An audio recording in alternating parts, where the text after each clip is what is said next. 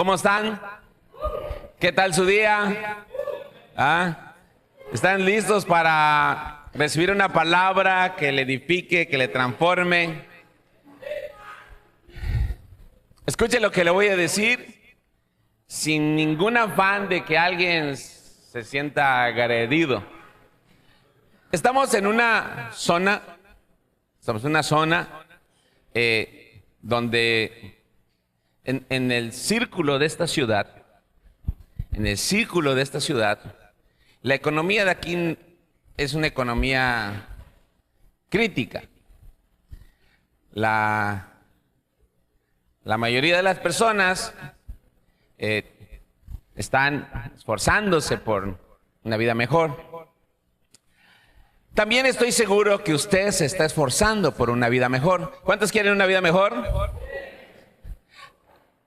También estoy seguro que muchos de los jóvenes que vienen a esta iglesia, cuando les toca ir en lugares o convivir con amigos, cuya economía es otro presupuesto, cuando llegan a su casa, posiblemente deseen tener y les nazca un deseo, les nazca un hambre por tener algo mejor.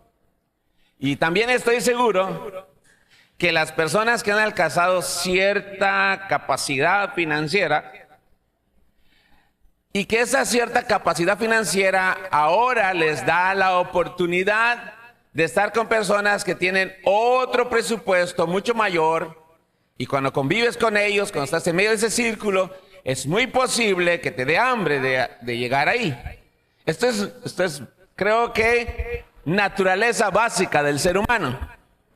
Sin embargo, esta mañana yo quiero hablarte a ti de algo poderoso en la Escritura y que nunca debemos ignorar ni pasar por alto, y que es el desafío que el Señor creo que me ha encomendado para trabajar en este sector de la ciudad, y especialmente para decírtelo a ti que estás este día escuchando este mensaje.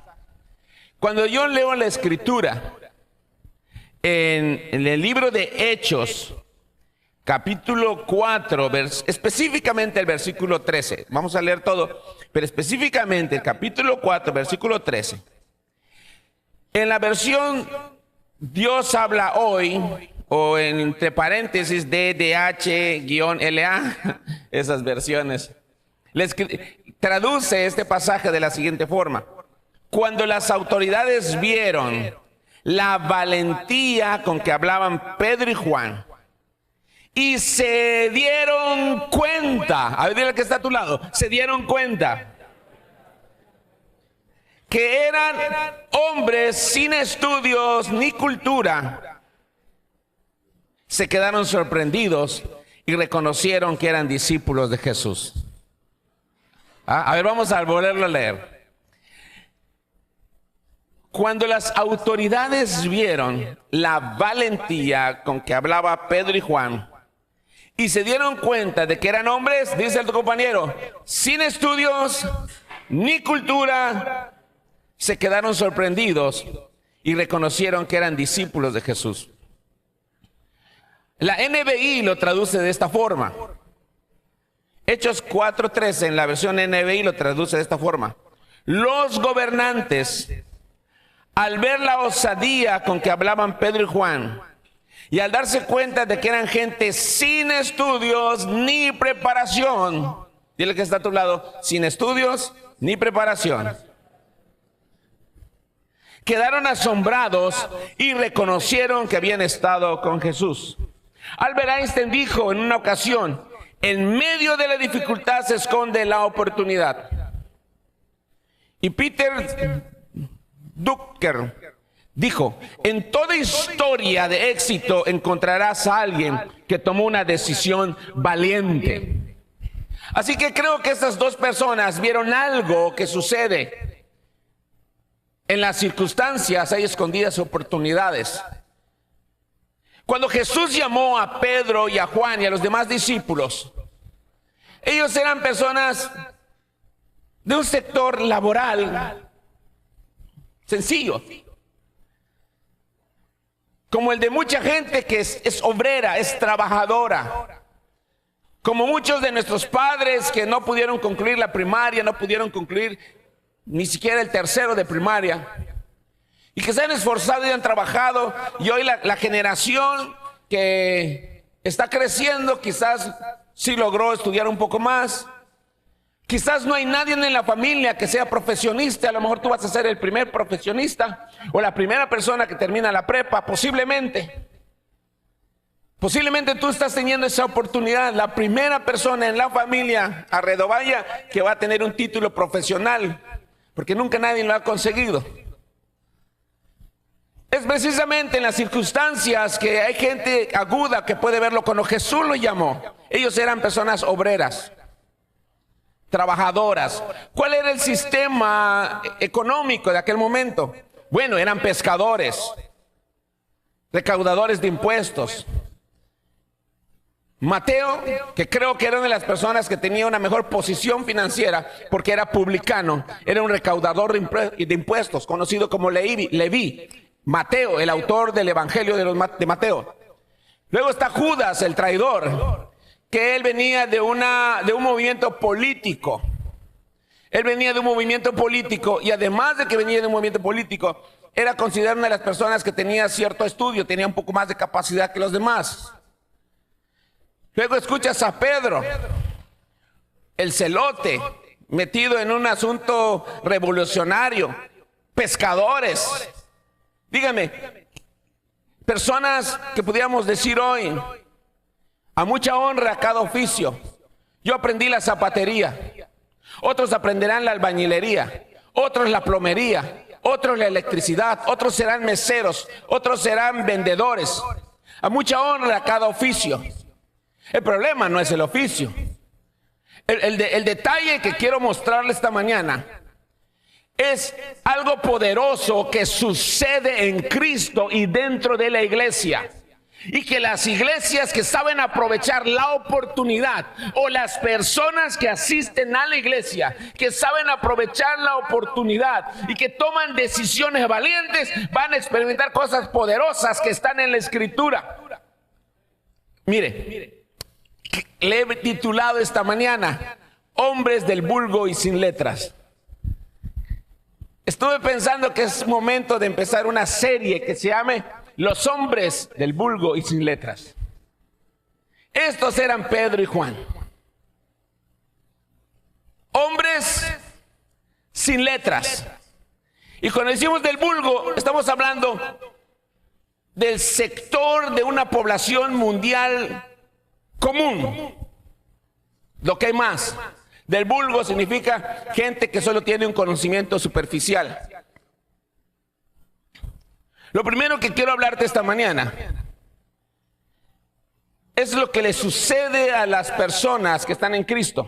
Y lo primero es que puedes ver a gente sin cultura convertirse en hombres de reino. En una frase, hombres sin cultura, de hombres sin cultura a hombres de reino. De hombres sin cultura a hombres de reino. ¿Qué significa esto? Los pescadores, al menos en este caso, ellos eran cortos en academia, pero luego los vieron predicar con un denuedo. ¿Y saben qué es un denuedo? Yo conozco personas que aunque tengan estudios son tartamudos. Y usted va a hablar hoy y tienen terror escénico. Pero estas personas que eran así vistas, no porque los criticaran, porque esa era su realidad, sin cultura, porque en el lugar donde estaban no podía crecer más su cultura, sin preparación, cortos en academia, un día los ven predicar con denuedo, con autoridad, como unos hombres de reino. Tenemos una frase, tenemos una filosofía en esta iglesia: queremos levantar líderes con visión de reino. Era evidente que cuando tú lees los evangelios, tú puedes ver que los hombres a los que Jesús llamó a ser sus discípulos eran personas sencillas, la mayoría. vemos que ninguno de los discípulos que ocupaba un lugar prominente ninguno de sus discípulos, ninguno de ellos ocupaba una posición influyente, prominente dentro de la cultura judía. La cultura judía, el peso de la cultura judía estaba en la sinagoga, estaba en el Sanedrín, estaba en la religión judía, estaba en el fariseísmo, estaba entre los saduceos. Los fariseos tenían un gran poder en la política. Ninguno de ellos era de la política. Judas era un opositor de la política. Cuando ve en Jesús, él cree que Jesús va a hacer ese cambio revolucionario que buscaban, desde una visión humanista, desde una visión revolucionaria, desde una visión revoltosa. Pero ninguno de ellos era presidente del Senado, ninguno de ellos era el empresario en boga, ni los conocían, creo que ni en su casa. Eran personas trabajadoras, habían logrado sus negocios, tenían su barco. Para que alguien tenga un barco quiere decir que tenía algo de economía. Ellos eran trabajadores comunes, sin preparación profesional. De acuerdo a Mateo 4:18, dice que Jesús, cuando estaba andando en el mar de Galilea, vio a dos hermanos, uno de ellos Simón, llamado Pedro, y Andrés su hermano, que echaban la red en el mar, porque eran pescadores. ¿Ha ido usted alguna vez en Progreso, en Chelén, en alguno de los puertos de aquí? ¿Tiene usted amigos? ¿Ha visitado personas que son pescadores, que viven del mar? ¿Ve usted su economía? ¿Ve usted la manera en la que ellos se desenvuelven? Yo he notado algo poderoso. Yo he ido a las costas, tengo amigos en las costas que son pescadores. Y muchos de los que son pescadores, que no van a la iglesia, su preparación es corta. Pero los pescadores que empiezan a ir a la iglesia, de repente tienen un mejor lenguaje que jamás alguien se había podido imaginar. Su vocabulario crece, se vuelven personas de cultura, porque en la iglesia hay una cultura poderosa que se enseña, que viene de una raíz llamada Cristo. Pedro, en Hechos capítulo 2, un día se para y por primera vez Pedro hace una predicación de poder. En Hechos capítulo 2 dice que se convirtieron más de 3,000 almas. Pedro se para ante una multitud que los criticaba. Y de acuerdo a la narración de Hechos capítulo 2, Pedro le dice: varones hermanos. Y entre ellos estaban los letrados del fariseísmo, los maestros de la ley, los escribas. Estaban los sacerdotes, estaba gente política, y se para Pedro, y por primera vez Pedro se vuelve un orador poderoso que le predica a una multitud. Aquel pescador ahora está predicando con osadía. Y lo interesante es que si tú lees Hechos capítulo 2, él les dice: ustedes no desconocen lo que está escrito. Cualquiera habría dicho: ¿y este cuándo aprendió a leer? ¿Y este cuándo se puso a estudiar libros? Acceder a una biblioteca no era sencillo. Acceder a unos papiros no era sencillo. Dedicarte a estudiar algo que te tienen que prestar todos aquellos que han ido a la escuela, que han tenido que estudiar con libros prestados, que van a la biblioteca o que tienen que hacer impresiones y que tienen que devolverlos, ¿saben? Al menos yo le puedo decir, yo así estudié. Cuando empecé, cuando yo no conocía el evangelio dentro de mi educación, yo dejé de estudiar, me gustó el dinero y empecé a trabajar. Pero fue en la iglesia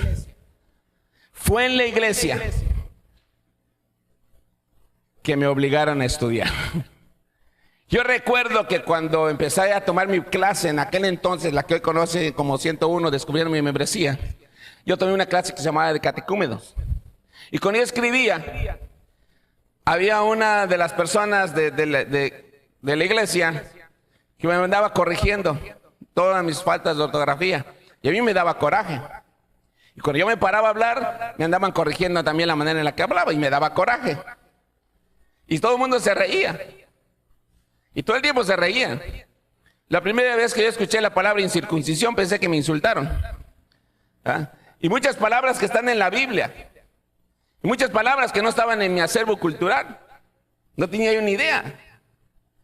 Y de repente el pastor de aquel entonces me dice: para que yo considere tu valor, que te interesa, tú tienes que pasar esta clase mínimo de 8. Yo decía, híjole, yo siempre he sido de 6 y de 7. Y fue a la iglesia. Y yo dije, Dios mío, si yo tenía esta ideología como muchos la tienen. Si no me dio ganas de estudiar, si por eso no estudié, ahora me quieren que estudie aquí. Dios rompió esa mentalidad. Quiere romper también esa mentalidad en tu vida. Esa mentalidad de no querer aprender, de no querer superarte, de ponerte en esa terquedad. Si por eso no estudié en la escuela, ¿por qué quieren que estudie la Biblia? Pues por eso está uno como está. Escuche con atención. Pedro se levanta y hace la predicación en donde la Biblia dice que la escritura es como una espada de 2 filos. Él se para. Acompáñame en Hechos capítulo 2. Y voy a leerte como una cita para ver un contexto, solo el versículo 13. Pero algunos comenzaron a burlarse de los apóstoles y los acusaban de estar borrachos. Estoy leyendo la versión TLA. Luego en el versículo 14 dice, pero los apóstoles se pusieron de pie y con fuerte voz dijo, Pedro dijo. O sea, los burlaron y Pedro se paró. Espérense. Ustedes se burlan, pero quiero hacerles de su conocimiento esto que no se ignora en Israel. Y tómale, les empieza a hablar la gente. Y dice, ay, ¿y este de dónde sacó este conocimiento? Y dice en el versículo 14. Pero los apóstoles se pusieron de pie y con fuerte voz Pedro dijo, israelitas y hablantes de Jerusalén, escuchen bien lo que les voy a decir. Se equivocan si creen que estamos borrachos, pues apenas son las 9 de la mañana. Lo que pasa es que hoy Dios ha cumplido lo que nos prometió cuando por medio del profeta Joel dijo, en los últimos tiempos les daré a todos de mi espíritu, y los hombres y mujeres hablarán de parte mía, y a los jóvenes les hablará en visiones y a los ancianos en sueños. También en esos tiempos les daré mi espíritu y a los esclavos y a las esclavas para que hablen en mi nombre. Daré muestras de mi poder. En el cielo y en la tierra habrá sangre, fuego y humo. Y el sol, y empieza a declarar, a describir todo lo que estaba escrito. Para que él lo haya dicho, tuvo que haberlo estudiado. Tuvo que haberlo aprendido. Y yo les aseguro que aquí hay gente que no ha leído ni siquiera Isaías. Y no vine hoy a apedrearle, vine a desafiarle esta mañana para romper cualquier esquema de conformismo que se estuviera asentando.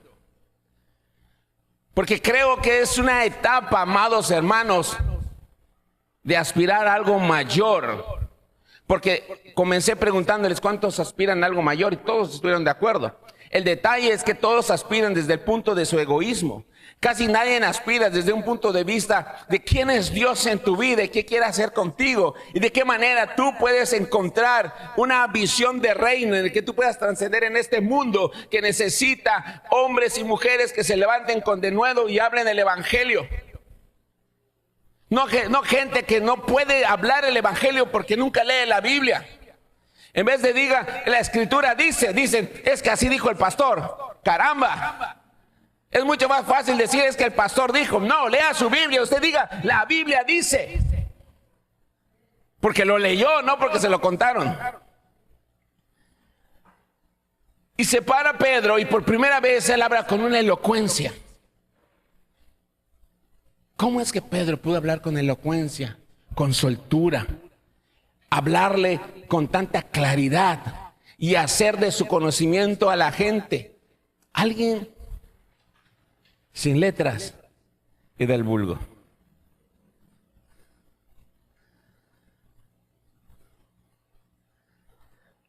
Es en la iglesia, amados hermanos. Es en la iglesia. Es en el medio cristiano. Si usted no conoce la historia, es en la iglesia que se crearon las primeras universidades. Antes había escuelas con un líder filosófico como Sócrates, como este otro de Pitágoras y todos los que hubieron en aquel entonces. Pero en los tiempos modernos, la iglesia cristiana, sobre todo la iglesia evangélica, a muchas de las universidades que ustedes ven hoy tuvieron sus inicios con un capital evangélico Muchas iglesias, por ejemplo, hace poco hubo solo por mencionar y citar algo que creo que muchos conocen, la Universidad de Harvard, creo que era, que había un avivamiento en su capilla de escuela. Y ustedes van a ver hasta películas como la de Dios no está muerto, donde hay una capilla cristiana y hay una escuela a un lado. ¿Por qué? Porque los fundadores eran pastores o eran líderes evangélicos que pensaron y creyeron que su gente debería prepararse, debería ser mejor, y fundaron escuelas. Con el tiempo, muchas de esas personas se robaron la visión del inicio y convirtieron iglesias, convirtieron universidades que se alejaron de los postulados bíblicos y de las verdades del Señor. Pero nuestra historia evangélica, nuestra historia como cristianos, está lleno de universidades que hoy se conocen, cuyos fundamentos por primeras piedras, muchos de ellos antes fueron iglesias. Iglesias que al crecer la iglesia se cambiaron a otro terreno y convirtieron el terreno de la iglesia en una universidad, lo convirtieron en una escuela. Como creo que Dios está profetizando que puede pasar aquí también. Amén. Pero la clave está en quienes hoy pudiéramos ser personas que tenemos academia corta, pero que a partir de hoy puede venir un cambio poderoso y que podamos ser una iglesia que en ese sector de la ciudad haga ruido.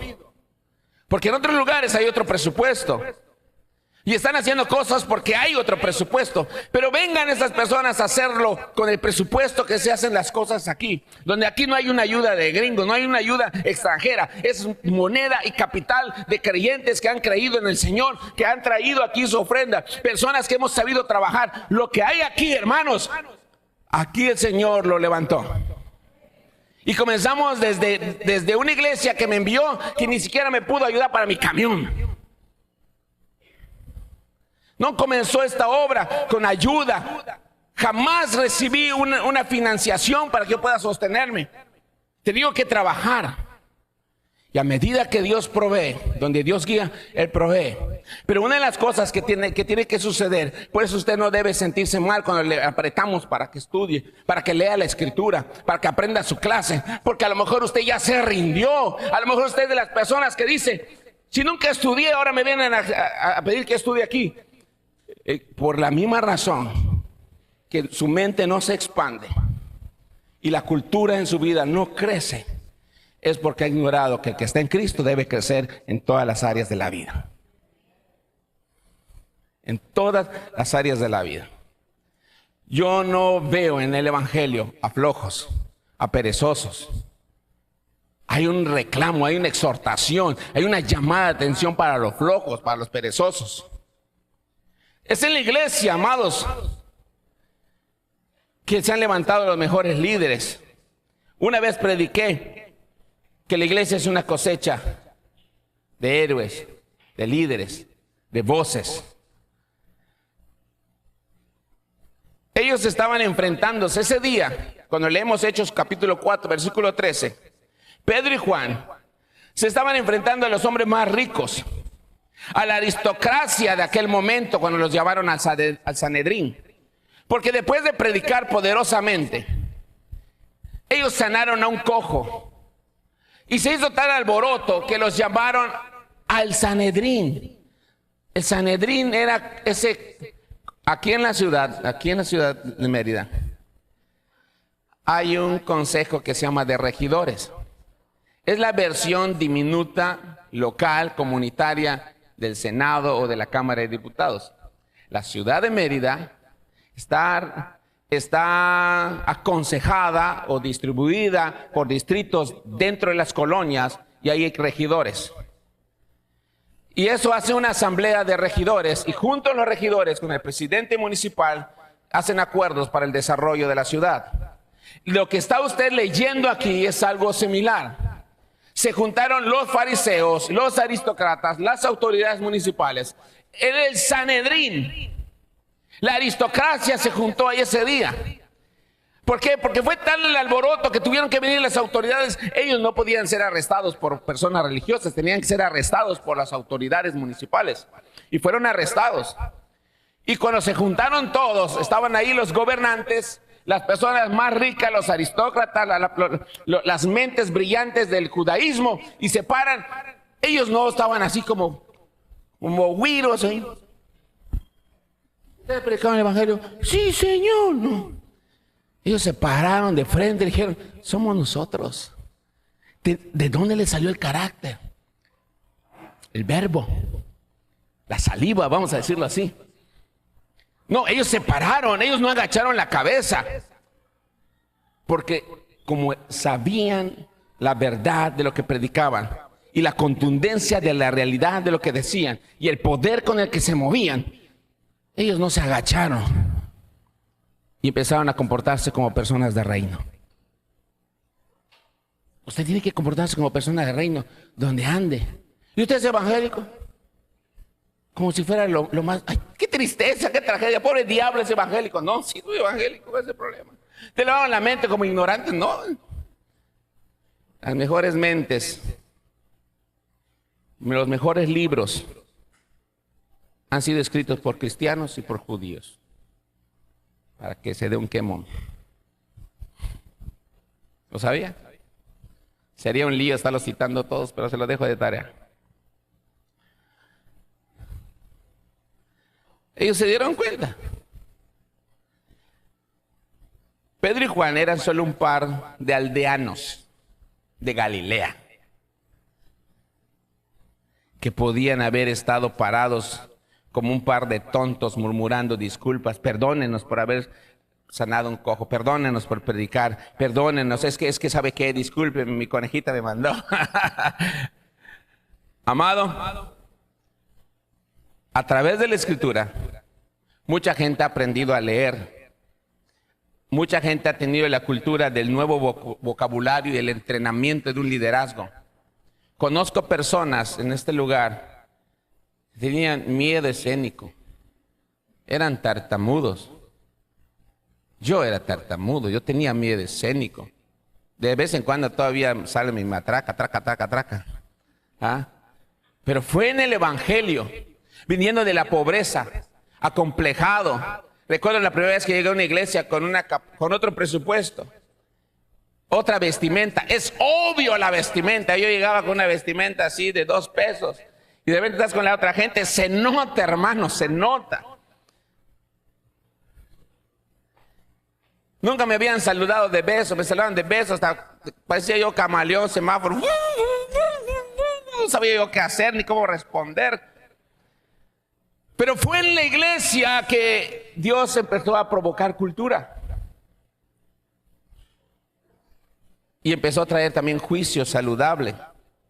¿Y por qué digo en la iglesia? Porque es el lugar que Dios estableció para que los que están en Cristo podamos desenvolvernos, desarrollarnos y ser entrenados. Lo segundo que quiero decirte esta mañana, que encontramos como una enseñanza descrita en el libro de Hechos, capítulo 4, versículo 13, es que son hombres sencillos que se volvieron hombres de impacto. Hombres sencillos a hombres de impacto. Así como usted lo está escuchando.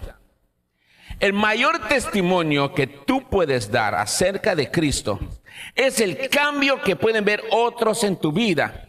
Y no solamente en tu vida, en tu actitud hacia el dinero, en tu actitud hacia los negocios, en tu actitud hacia el estudio, en tu actitud en cuanto a la superación, en tu actitud en cuanto a tu moral, en tu actitud acerca de lo que Dios ha hecho en tu vida, en tu testimonio acerca de tu fe. Amados hermanos, no solo se trata de decir soy de Cristo y vivir como miserable, soy de Cristo y vivir como hijo de rey. Tenemos que aprender eso. No estoy hablando que te vuelvas arrogante. No estoy hablando que te vuelvas un idólatra del dinero. Estoy hablándote que tú mires lo que Dios te ha dado y que recuerdes esta frase que debe sonar rotundamente, pero horrible, poderosa, que te sermonee cuando tú escuches lo que está en el libro de Proverbios. En la casa del pobre hay mucho pan, pero se pierde por falta de juicio. ¿Qué significa? Que tiene tu mente que expandirse. Y eso tiene que romper algunas ideologías, algunos vicios que por años uno ha creído de sí mismo. Por eso lo primero que sucedió en la vida de Pedro y Juan, lo primero que puedo decir que Dios provocó en ellos es que los hizo personas que sepan aprender, lectores de la Escritura, expandió sus mentes. Eso Jesús lo hizo. ¿Por qué? Cuando Jesús era niño y se narra la historia que se pierde de sus padres, estaban con los maestros de la ley y quedaron todos boquiabiertos y dijeron, ¿cómo este chamaco a esta edad sabe lo que sabemos personas que hemos estudiado por años? Lo cual me dice que si a esa edad Jesús ya tenía esa capacidad, ¿qué capacidad tenía cuando tenía 33 años y empezó su ministerio? Entonces, si ellos andaron con Jesús, ¿ante quién estaban aprendiendo? Y cómo ellos empezaron a ser transformados. A veces estamos con personas de las cuales podemos aprenderles mucho, pero a veces somos tan arrogantes, estamos tan orgullosos, que queremos aprenderlo matándonos cuando le podemos ahorrar ese tramo de camino.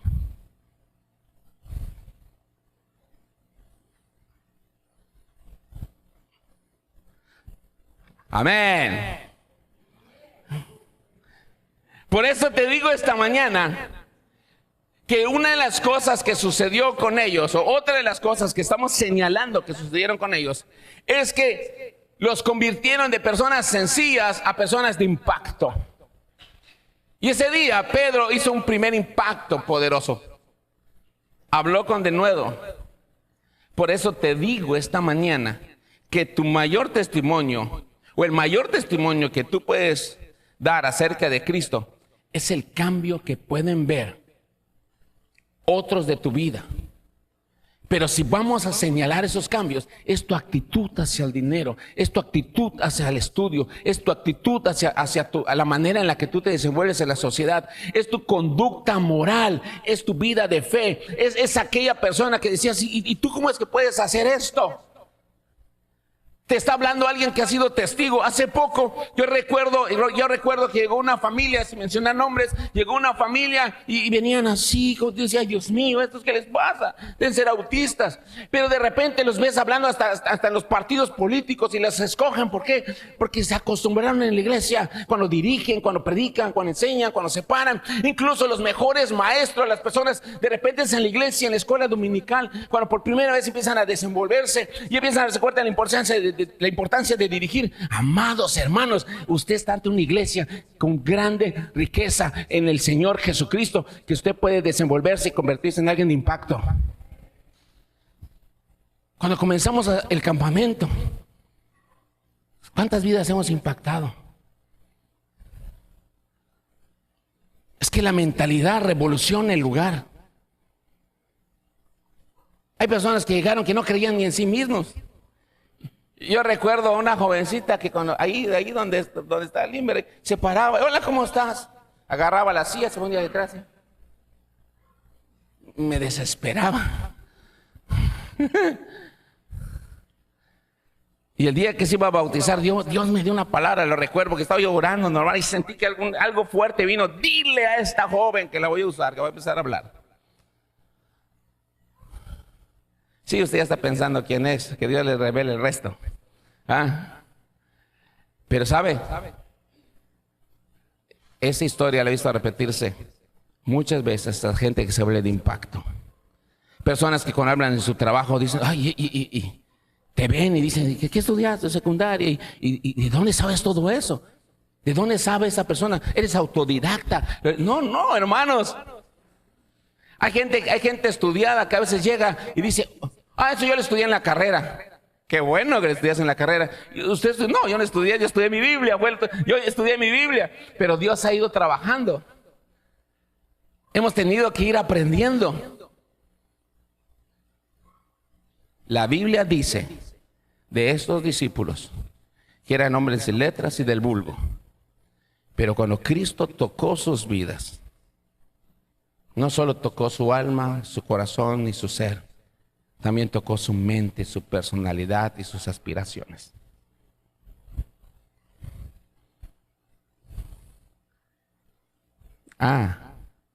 Pero también aprendieron del mejor.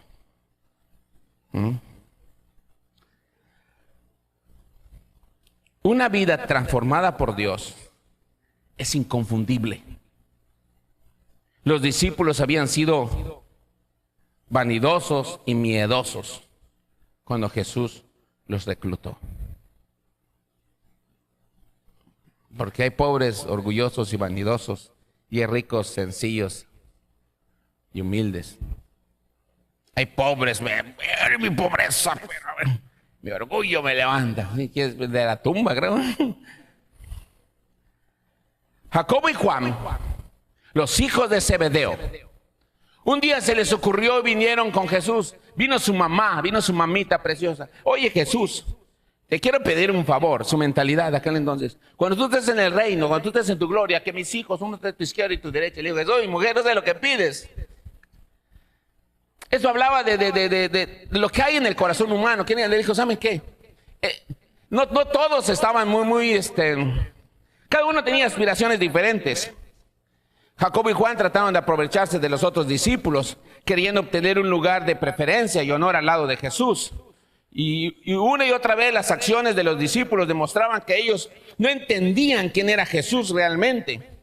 Aunque después de 3 años con Jesús, Pedro tuvo miedo de confesar a Cristo delante de una joven sirvienta, y el gallo cantó 3 veces, dice la tradición. Y se dio cuenta de que él había sido un cobarde. Pero después, en Hechos 2, vemos a ese cobarde convertirse en un hombre de impacto. Vemos a Juan convertirse en un hombre de impacto. Vemos a Jacob muriendo por la causa. Jacob fue el primer mártir de los 12 apóstoles que murió a temprana edad, en el libro de Hechos, a espada. Fue el primero de los 12 que pasó el martirio por el evangelio. Y ellos empezaron a convertirse en personas de impacto, a tal punto que un día la gente decía: esos que ponen el mundo de cabeza han llegado también hasta acá. Aún sus enemigos notaron sus vidas cambiadas.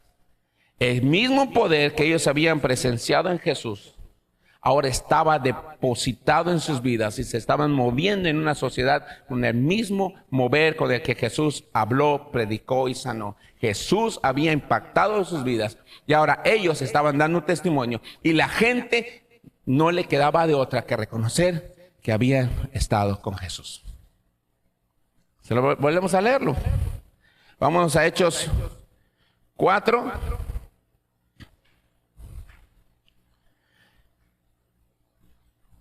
En la TLA voy a leer.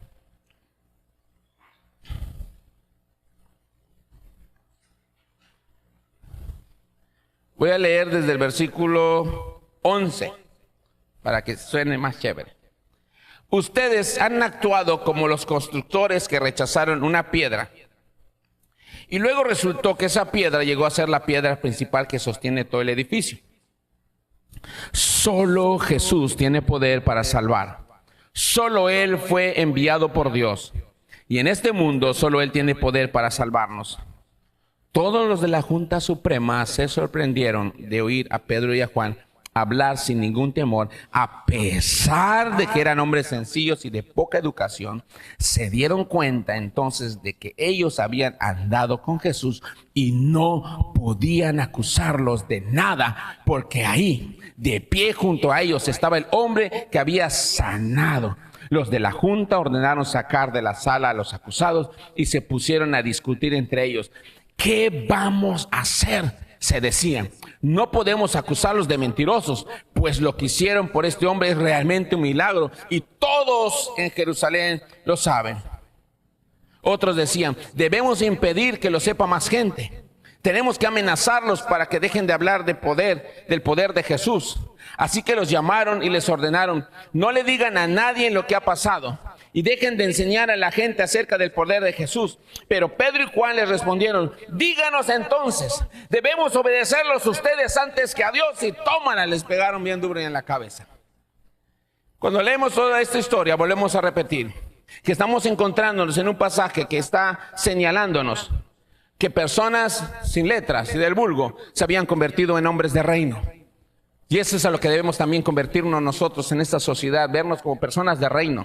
Lo segundo que estamos viendo aquí, que eran personas que tenían una vida común, pero que a partir del evangelio empezaron a hacer cosas ya no tan comunes, empezaron a convertirse de impacto. Un día dice alguien que tiene capacidad económica, dicen, yo en tantos días hago esto y lo construyo. Y yo haciendo referencia a lo que podemos hacer acá, yo le dije, sí. Yo tengo que movilizar corazones que quieran donar de propia voluntad para poder lograr esto. ¿Pero quién me llamó a mí a hacer esto?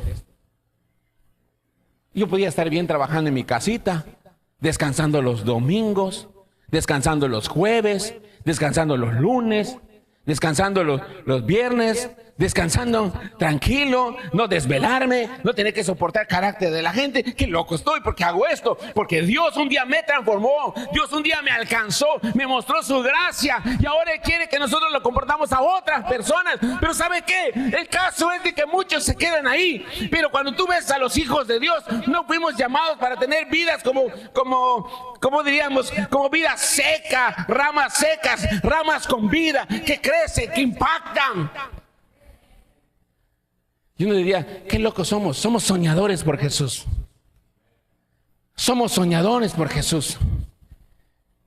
Yo a veces sueño un edificio construyéndose. Soñé esto que usted ve aquí. No de este tamaño. A veces le pregunto, Señor, ¿me diste bien las medidas?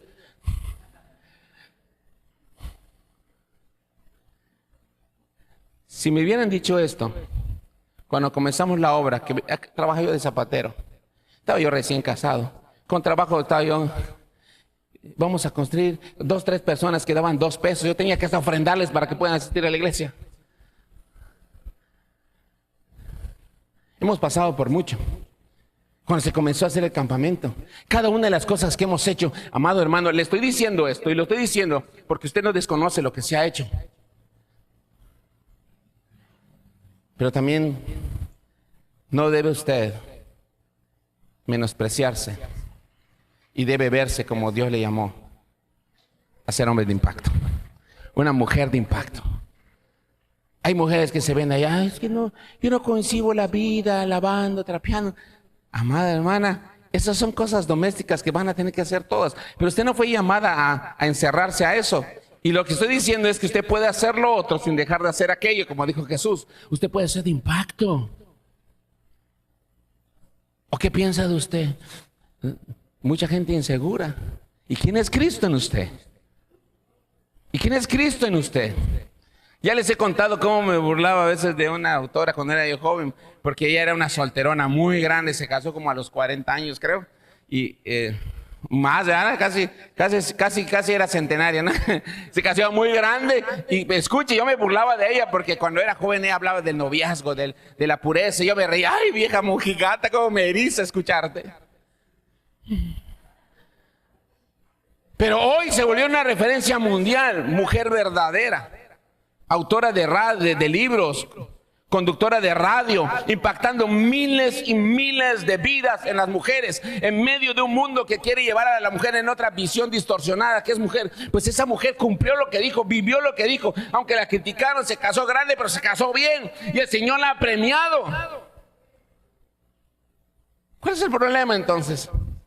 Hay temporadas donde parece que no cosechamos, pero si usted hace lo que Dios le ha dicho, le aseguro que esté donde esté, va a ser gente de impacto. Hace tiempo me apoderé de esto, sé líder donde estés. Y no sé si porque soy pastor, pero donde quiera que yo esté, la gente termina escuchando el evangelio. Mucha gente me conoce como tostador de café o como el barista o rollo así como ese, pero hasta que la gente llega a la casa y me preguntan directamente, oiga, don Isaac, ¿usted a qué se dedica? Yo me río y como que habías dicho, ¿a ti qué te importa? ¿No? O sea, pero le digo, no soy tostador de café. No, eso ya lo sabemos, pero usted no es un tostador de café. Claro que no, yo soy un hijo de Dios, soy pastor de una iglesia, estoy predicando el evangelio. Te lo dije, antes había yo dicho que don Isaac no era un tostador de café. Hoy muchos de mis clientes, por cierto, Dios les bendiga si están viendo esta prédica, muchos de mis clientes ahora ya siguen la página. Ya me siguen a mí, ya son mis amigos en el Face. Pero son clientes. Y seguramente van a escuchar este mensaje. Yo quiero decirles que aquí estamos para servirles, para hablarles de las cosas poderosas que Dios ha hecho con nosotros. Nos sanó, nos perdonó, nos restauró, cambió nuestra vida, cambió nuestra historia. De donde veníamos, Él ha hecho cambios poderosos. Solo Jesús lo puede hacer. Y ahora lo estamos compartiendo a otras personas. Y eso es convertirte en gente de impacto. Pero podemos lograr más. ¿A dónde quiere usted llegar? ¿Hacia dónde quiere usted llegar? Yo he visto gente que ha llegado aquí, gente endeudada. Gente que no buscaba qué hacer con su vida. Su presupuesto siempre ha sido mejor que cualquiera de muchos, podríamos decir ahora. Pero de repente vienen en quiebra. Y con la visión bíblica, Dios ha transformado sus negocios y les ha ido mejor. Muchos han entendido el poder que hay detrás de que si tengo que volver a empezar, lo haré por Él y para Él. Amados hermanos, ese es el poder del Evangelio cambiando vidas. Y esa es una perspectiva que usted tiene que abrazar y entender. Porque llega un momento que lo voy a decir así. Tenemos que civilizarnos. Tenemos que entrar en educaciones nuevas que traemos arrastradas desde tradiciones familiares.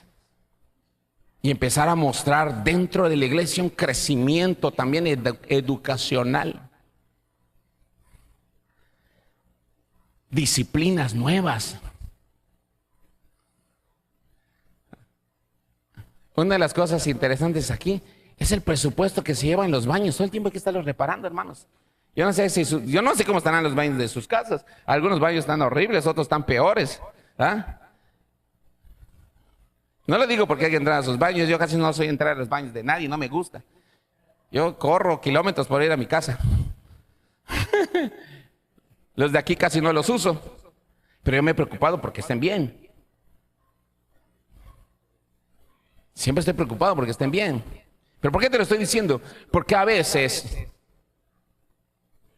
lo que estamos formando se refleja donde andamos. Lo que estamos haciendo se refleja cuando salimos. Y cuando tienes que chocar con otra educación. Y cuando en otro lugar te piden algo que no estás acostumbrado, que es simple educación básica. Simples normas de urbanidad básicas que ni siquiera uno ha podido aprender. Bueno, puede ser normal porque a lo mejor crecimos en un ambiente muy complicado. Pero ¿sabe qué? No fuimos llamados a seguir así. Hemos sido llamados a ser revolucionados en Cristo. Por eso aquí, cuando damos las clases, siempre le hemos dicho a todos, si es persona que no tiene estudio, tenle paciencia. Si vas a ir más lento con él, está bien, pero no lo perdones. Si va a ir más lento, está bien, que vaya lento. Si va a tardar 3 veces más que lo que tarda otro, dale el tiempo. Pero no lo vuelvas a su oferta. No lo perdones. Enséñalo a estirarse. Enséñalo a estirarse. Tenle paciencia. Aquí en esta iglesia gente aprendió a leer. No sabían leer. Y se quisieron escudar de no leer, pero aquí aprendieron. Y ahora que aprendieron a leer, ahorita ya están de adultos estudiando, terminar su primaria. Pero aquí aprendieron. Y hay gente que por vergüenza no quiere crecer. Pero hoy quiero decirle a usted, tire su vergüenza porque es tiempo de prosperar, es tiempo de mejorar, es tiempo de caminar en una visión de reino. Es tiempo de hacer eso. Lo tercero que quiero decirle esta mañana, o señalar de la Escritura, es que ellos dieron testimonio que habían estado con Jesús. Lo tercero que quiero hablarles es que ellos dieron testimonio que habían estado con Jesús. O sea, el estar con Jesús es una evidencia. Lo tercero es que ellos dieron testimonio que habían estado con Jesús. La enseñanza y el entrenamiento son muy valiosos aquí en China. En tu trabajo, todos los que son plomeros y electricistas acá, si no siguen aprendiendo las nuevas técnicas, los nuevos mobiliarios modernos que están viniendo se van a quedar obsoletos. Si alguien es mecánico y deja de aprender acerca de los vehículos nuevos que están llegando con mucha tecnología, va a quedar obsoleto. Todos los que trabajan en las computadoras, todos los que están en multimedia, que dejen de estarse preparando, van a quedar obsoletos. ¿Sí? A veces yo leo algunas cosas, a veces nos pasa. Obviamente hay un cambio generacional. ¿Ah? Los chavos traen su onda, traen su lenguaje.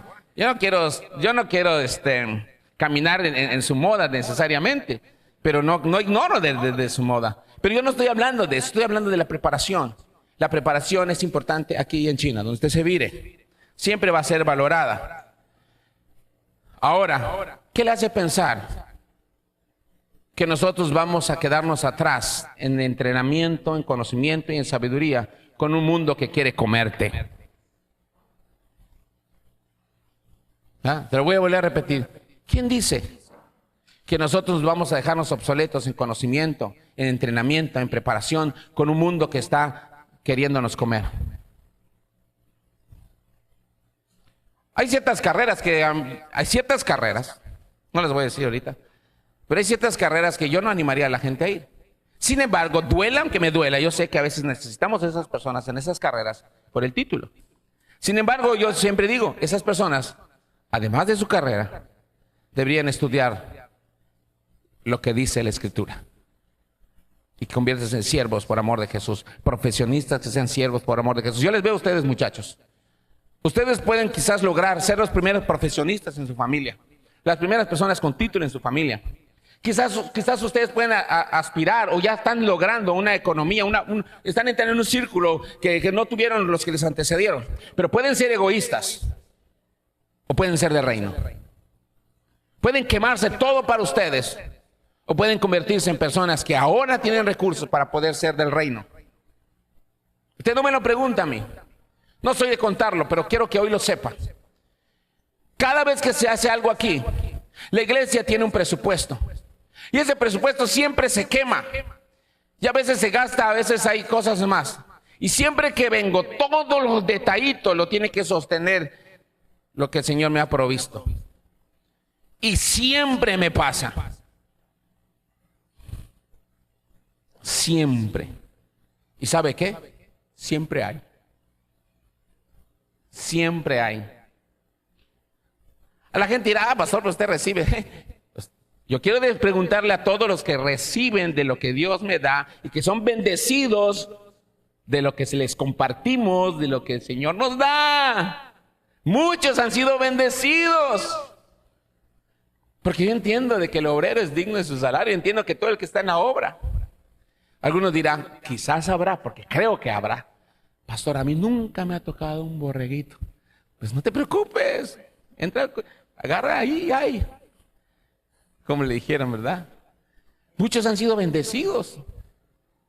Pero muchos pueden convertirse en proveedores. Pero han sido muy egoístas.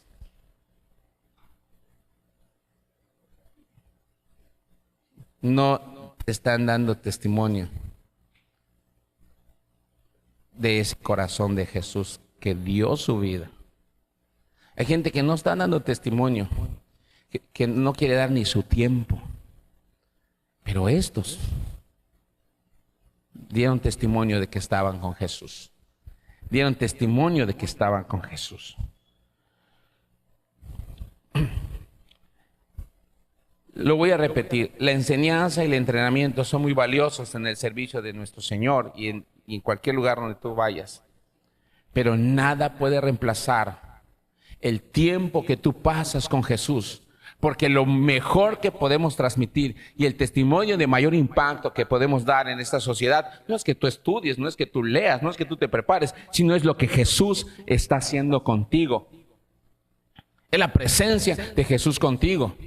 Y no estoy contradiciéndome de decir no estudies. Estoy diciendo que tú puedes leer un libro porque tengas la capacidad, porque eres un profesionista, porque tienes una carrera y te sea mucho más fácil a ti leer algo y aprenderlo más rápido que un hermano que no tiene esa carrera.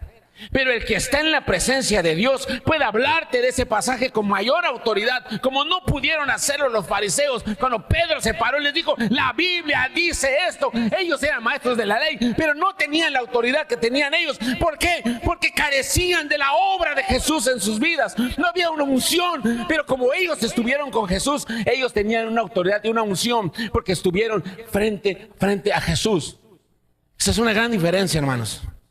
Las otras dos cosas anteriores carecerían de poder si no está la presencia de Jesús, si no hay testimonio de que has estado con Jesús. Es crucial esto, que se note que hemos estado con Cristo.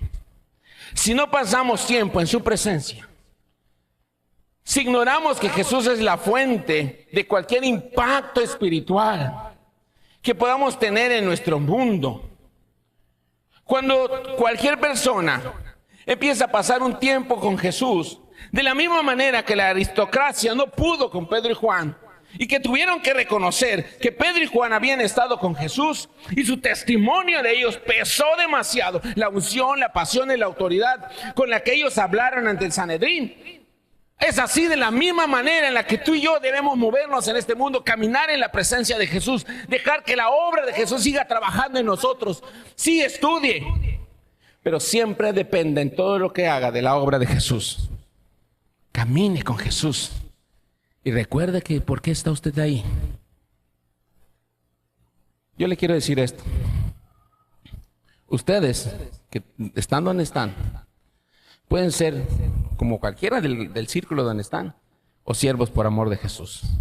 Lo que obtienen, se lo pueden quemar egoístamente ustedes, porque bien se lo han merecido. O pueden aprender a vivir la vida de fe, donde con el corazón generoso en el reino les puede abrir puertas que aún no conocen. Se lo dijimos a Juan porque escuche Manuel. Y tengo el espejo allá frente a mí para que no se me olvide. No fue para nadie en particular, para que quede sentado. Escriba el secretario, ¿no es cierto? En Hechos 4:13 establece que al ver el valor de Pedro y Juan, y como sabían que ellos eran gente del pueblo y sin mucha preparación, se maravillaron y reconocieron que habían estado con Jesús. Esa palabra es poderosa. Reconocer que han estado con Jesús. Es poderoso cuando la gente reconoce que tú has estado con Jesús. Es poderoso cuando la gente da testimonio y reconoce y dice, ah, caray, tú eres de Cristo. Porque pueden ver en tu vida el peso, la transformación, los frutos y el impacto que solo puede suceder en quien está en Cristo. Háblale, Señor. ¿Sí? En una de sus visitas al templo, porque ellos iban al templo, Pedro y Juan encontraron un día un hombre enfermo. Y ellos no tenían dinero ese día, pero ellos hicieron lo que Jesús les enseñó. Estaban frescos, estaban recientes con las obras de Cristo. Y ese día vino un milagro en ellos. Hombres comunes moviéndose en lo sobrenatural. Hombres comunes haciendo cosas extraordinarias que estaban manifestando que lo que hacían no era por su capacidad, sino porque habían estado con Jesús. Lo que hacían era porque habían estado con Jesús. Los gobernantes querían negarse a creer. No querían ver esa verdad en sus vidas, pero el testimonio era irrefutable y no les quedó otra que morderse la lengua y aceptarlo. La gente puede decirnos muchas cosas. La gente puede no creernos si no quiere, pero jamás va a poder con tu testimonio, con nuestro testimonio. La gente puede mancharnos, tirarnos piedras, decirnos lo que quiera, pero jamás se puede con un testimonio que está en Cristo. No se puede. Si eso hubiera sido nada más obra de su manipulación, de su ficción, los hubiesen sorprendido con sus mentiras, los hubieran avergonzado. Pero ese día esos 70 y tantos aristócratas que se acababan de enfrentar cara a cara con Pedro y Juan, dos simples pescadores de Galilea, no les quedó otra que reconocer: estos han estado con Jesús. No les quedó otra. Que cuando la gente te vea, no le quede de otra. No, sí, tú sí eres de Cristo. O sea, que la gente no le quede de otra. Ese fue el secreto de ellos. De cómo ellos antes habían estado acobardados, todos los que conocieron a Pedro, todos los que sabían que Pedro negó a Jesús, sus compañeros que sabían: oye, Pedro, ¿te acuerdas que tú eras cobarde? ¿Te acuerdas cuando comenzaste en el Evangelio? ¿Ah? El Espíritu de Dios había venido sobre él. Ahora estos hombres tenían el valor de abrir las puertas y caminar por las calles con valentía, predicando el Evangelio. Se enfrentaron a la persecución, hasta el sufrimiento por su testimonio acerca de Jesús. El poder del Espíritu Santo empezó a moverse en medio de ellos, empezó a trabajar en medio de ellos. Mucha gente no reconoció las palabras que ellos dijeron, mucha gente se les opuso, mucha gente les tiró pestes, pero nunca pudieron contra su testimonio. Nunca pudieron contra su testimonio. Si Jesús apareciera hoy en día y te diera instrucciones, ¿lo obedecerías a ese momento?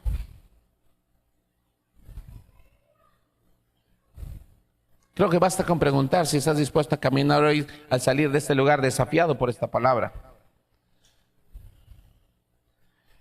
¿Qué tal si un predicador de la tele o de YouTube, de donde estás,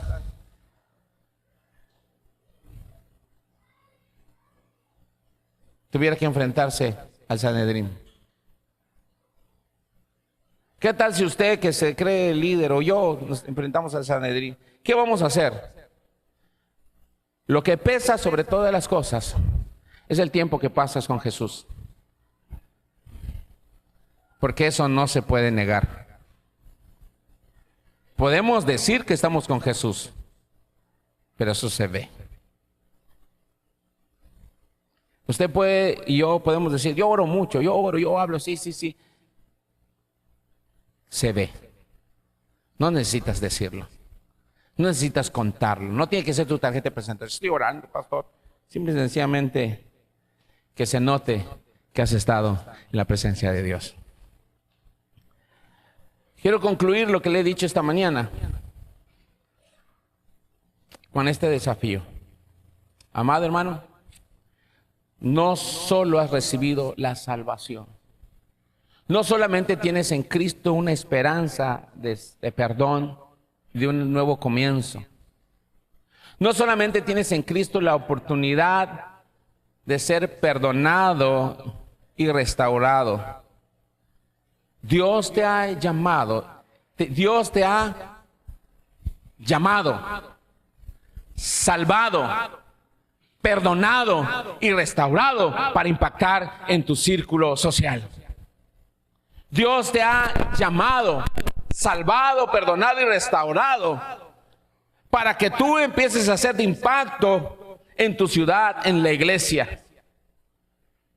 Dios te ha puesto en la iglesia para expandir tu mente, para entrenarte en un liderazgo, para mejorar tu acervo cultural, tu vocabulario, para cambiarte la administración que estás llevando a una mayordomía bíblica, para que desarrolles tus dones, para que te levantes y digas: heme aquí, le sirvas a Dios y trasciendas donde quiera que estés.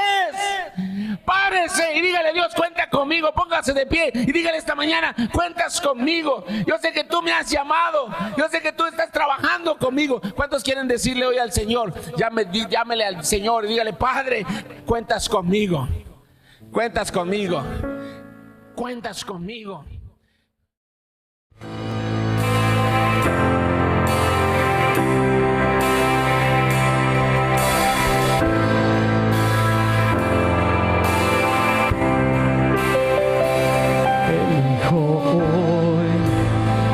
Agradecerte, Dios, te adoraré con el corazón.